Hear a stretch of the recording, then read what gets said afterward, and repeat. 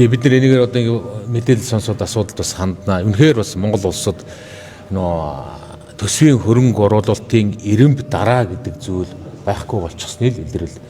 Одоо хүн тулгамдсан хүний аймнаас, хүүхдийн аймнаас эрүүл мэндэд ноцтой ер нь аль асуудал нэгдүгээрт вэ, аль асуудал хоёрдугаарт вэ гэдэг эренб дараа өнгөрсөн жилүүдэд алдагдсныг л одоо илэрэл одоо ингээд гарч ид том зүйл ярьдаг, асар том мега төсөл ярьдаг, амьдралаас тасархай олон зүйл ярьдаг. Сая төгрөгөөр 1000 төгрөгөөр шийдэж болох асуудал байхад дандаа их найдын төслүүдийг дарганаар ярьдаг болсныг л одоо нэг тэрний л одоо тийм үр дагавар илэрлэл гарч байна гэсэн үг шүү дээ. Зарчмын зөрүүтэйгээс илүүтэйгээр улсын хурлын гишүүд ажилдаа хайн ганцны илэрлэл юм шүү. Гишүүд чинь чуулганыхаа танхимд байхгүй байсан учраас энэ асуудууд унтсан юм шүү. Үгүй. Гишүүд байсан шүү дээ. Танахаас ганцхан тэмүүж юм шүү.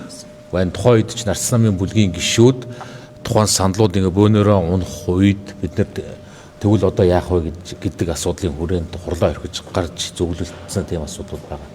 2026 оны улсын төсвийг батлагдахад та өөр юм ярьсан шүү дээ. Онцгой байдлын төсөв дээр хэдэн төгрөг тавиад хэдий гэдэг ч юм уу энэ асуудал дээр та яаж анхаарч ажиллаж байсан бэ? Би харин хэлж байна. Миний хувьд